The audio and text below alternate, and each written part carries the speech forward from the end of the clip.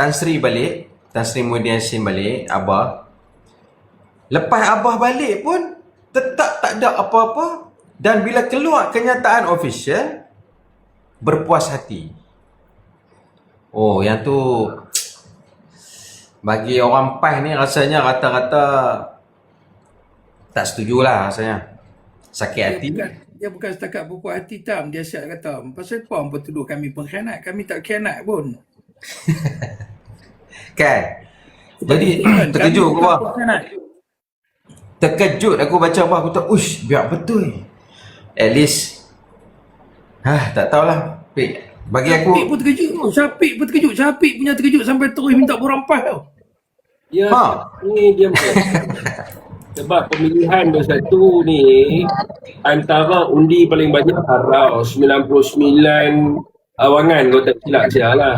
Jadi mereka tak beranilah ambil tindakan pada Harau tu sebab dia ayahanda paling ramai anak buah 99 cawangan lah kononnya boleh mengundi kan. Syakir tak menang lah sebab pertanding presiden tapi realiti dia macam ni je, dia kena balik pada realiti. Okey, contoh dalam 5 ni saya bagi tahu.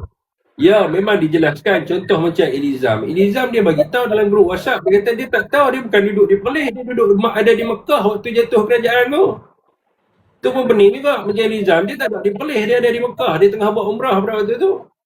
Lepas tu adalah beberapa orang yang lain pun, ada seorang lagi, saya lupa nama dia pun, sama dia duduk di luar kawasan pada waktu kejadian berlaku. Jadi okey, tak apalah kalau bersatu kata 2 orang ni kita dah terima statement dia pun dah bagi tahu sekian dan okeylah kan. Dan yang lagi ketiga orang dia macam ni kan. Saya nak tanya, adakah Tan Sri Muhyiddin ni ada bentang dalam mesyuarat PN dapatan daripada bersatu yang dia duk kata kena husnuzon, apa nama Tun Faisal kata kena husnuzon kan. Dia bila kita buat penyiasatan melibatkan parti-parti ni, pengalaman saya lah, dia mesti bentang dalam BN dulu pun bentang kan, kena bentang macam walaupun pada waktu tu ambil keputusan nak pencet Muhyiddin Yassin pada tahun 2016, tapi bentang dalam mesyuarat BN dipersetujui oleh MCA dengan MIC kan. Jadi bila dia kata dia buat siasatan, bentanglah, PAS akan bentang dia punya keputusan siasatan dia. Dan bersatu kena bentang lah. Kenapa hampa boleh pergi jumpa Mursyidul Am di Perlis tu tapi tak boleh buat mesyuarat PN? Kan? Patutnya kena panggil mesyuarat PN bentang. Okey, side belah kita bentang, side belah satu bentang. Okey, ni yang kita dapat sekian cerita. Dan sebelah PAS pun bentang sebab apa dia pecat. Dan kemudiannya keputusan buat secara musyawarah. Ini untuk mendamaikan keadaan yang berlaku. Tetapi dia tak nampak macam tu. Dia nampaknya macam hari ini adalah bagi mereka adalah mereka nak mempertahankan parti bersatu tu sendirilah. Bagi saya tu tindakan yang kurang cerdik. Kalau kita nak mempertahankan parti kita dan kita nak mempertahankan pemimpin kita kena pastikan untuk menang dalam pilihan raya akan datang. Bukan setakat jadi menteri besar sat lepas tu tak menang. Tak guna juga. Saya bagi tahu, okey, macam Peja kata bersatu nak go solo.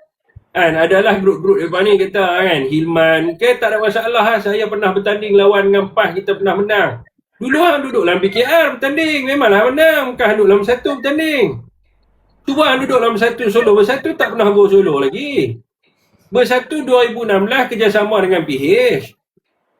Lepas tu kerjasama dengan PAS masa PRU 15, tak pernah go solo. So dekat mana yang kata indikator go solo boleh menang? Sedangkan dalam Perikatan Nasional ni saja, di laporan SB yang saya dapat, daripada 20 lebih kursi bersatu, 6 saja yang kemampuan untuk menang. Pada PRU ke-16. Ini saya bagi tahu ni, SB bagi tahu saya. Dia berkata, oh ni tak betul lah laporan apa semua, tak apa. Hampa pergi tanyalah SB mana hampa kenal. Saya nak bagi tahu, akan menang adalah Larut, Indra Mahkota, Masjid Tanah, Kuala Terengganu, lepas tu mana lagi dua, Pahang lagi satu, Raub ke apa? Bentung ke Raub? Antara dua tu lah.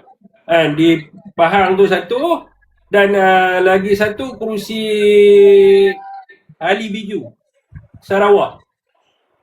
6 ya. Ni laporan SB. Tu dalam Rakan Perikatan Nasional gabung. Ni belum cerita tentang Go Solo. Kalau